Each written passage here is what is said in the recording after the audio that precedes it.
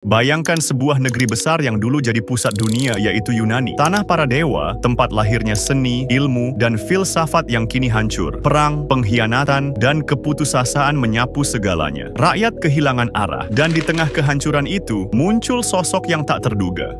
Bukan raja, bukan jenderal, melainkan seorang filsuf tua bernama Aristoteles. Ia berdiri dan berkata, "Jika kebodohan membawa kita ke jurang, maka pengetahuanlah yang akan menyelamatkan kita."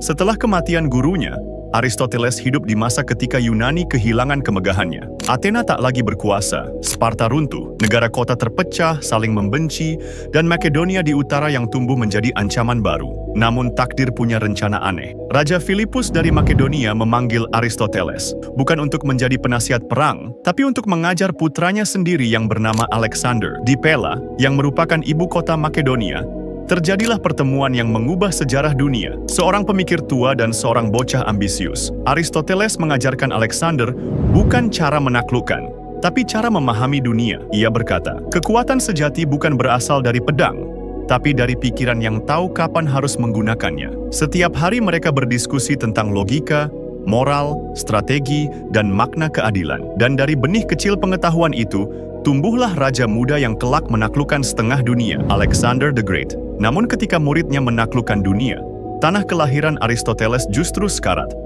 Yunani yang dulu penuh cahaya kini diselimuti kegelapan. Sekolah-sekolah filsafat sepi. Rakyat sibuk berperang dan berdebat tanpa arah. Aristoteles tahu, jika Yunani tenggelam, maka ilmu pengetahuan akan ikut terkubur. Maka ia kembali ke Athena. Bukan membawa pedang, tapi membawa pena dan pikiran. Ia mendirikan sekolah besar bernama Lyceum, tempat di mana pikiran manusia kembali bernapas. Di Lyceum, Aristoteles menulis ribuan halaman tentang logika, politik, biologi, etika, dan seni berpikir. Ia tidak hanya mengajarkan teori, tapi meneliti alam, mengamati kehidupan, dan mengajarkan muridnya mencari kebenaran lewat pengalaman. Ia berjuang bukan di medan perang, tapi di medan pikiran, melawan musuh yang jauh lebih berbahaya dari tentara manapun. Namun sejarah selalu kejam pada orang yang berpikir terlalu jauh. Ketika Alexander semakin berkuasa dan Makedonia mulai menekan Yunani, rakyat Athena mulai curiga. Fitnah pun datang. Ia dituduh menghina para dewa. Dan seperti gurunya dulu, Socrates, ia diancam akan dihukum mati. Tapi Aristoteles tidak mau sejarah mengulang kesalahan.